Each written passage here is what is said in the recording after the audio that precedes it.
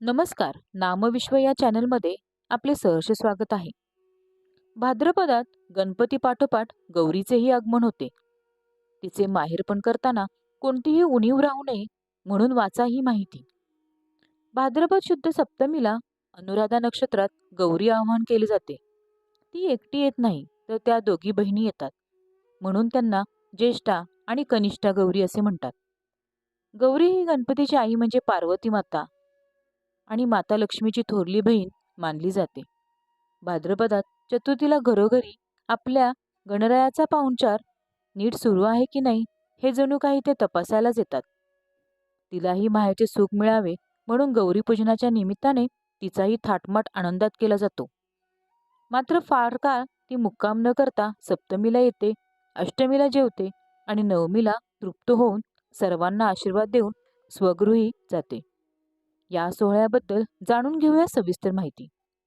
भाद्रपद महिन्यातील शुद्ध सप्तमीला अनुराधा नक्षत्रात गौरी आवाहन केले जाते.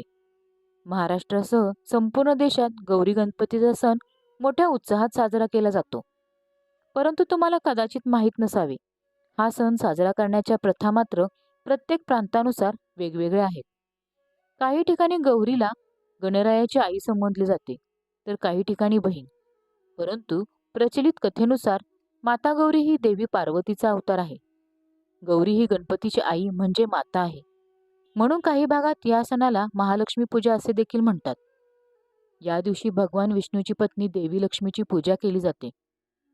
पद्मपुराणानुसार समुद्र मंथनातून विष निघाल्यानंतर गौरीची उत्पत्ती झाली होती.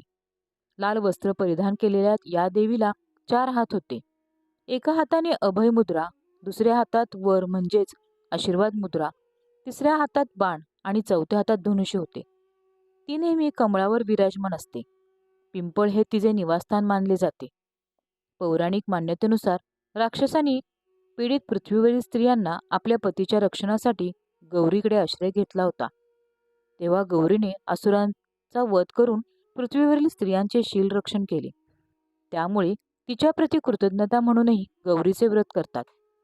गौरीच्या पूजनाने दुःख दूर होते, दुर्दैव नाहीसे होते, दारिद्र्य दूर होते, मन प्रसन्न होते. ज्येष्ठ गौरी आवाहन वेळ मंगळवारी 10 सप्टेंबर रोजी गौरीचे आवाहन आहे, तर बुधवारी 11 सप्टेंबर रोजी गौरी पूजन केले जाणार आहे. गुरुवारी 12 सप्टेंबर रोजी गौरी विसर्जन होणार आहे. गौरी आवाहन शुभ मुहूर्त 10 सप्टेंबर रोजी सूर्योदयापासून ते संध्याकाळी 6:27 ज्येष्ठ गौरी आवाहनाचा शुभ मुहूर्त असणार आहे. तसेच या दिवशी दुपारी 3 ते दुपारी 4:30 राहू काळ असणार आहे. यामागील आख्यायिका काय आहे? समुद्र मंथन या लेखात सांगितल्याप्रमाणे मंथनातून श्री महालक्ष्मी आणि तिची बहीण श्री अलक्ष्मी यांचा जन्म झाला. श्री महालक्ष्मी म्हणजे येणारे धन म्हणजे श्री महालक्ष्मी आणि श्री अलक्ष्मी म्हणजे येणारे धन जे खर्च होते त्या खर्चाला श्री अलक्ष्मी असे म्हणतात. याप्रमाणे लक्ष्मीची थोरली बहीण अलक्ष्मी ही देखील पूजनीय आहे. या संदर्भातील प्राचीन आरण्यक अशी आहे. समुद्र मंथनातून अनेक रत्नांबरोबर लक्ष्मी हे रत्न निघाले.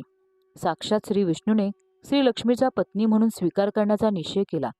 त्यावेळी आपल्या ज्येष्ठ भगिनीचा विवाह झाल्याशिवाय आपण विवाह करणार नाही असं श्रीलक्ष्मीने सांगितल्यावर विष्णूने तिचा विवाह एका तपस्वीशी लावून दिला. व्हिडिओ आवडल्यास चॅनलला लाईक करा, शेअर करा आणि सबस्क्राईब करायला विसरू नका.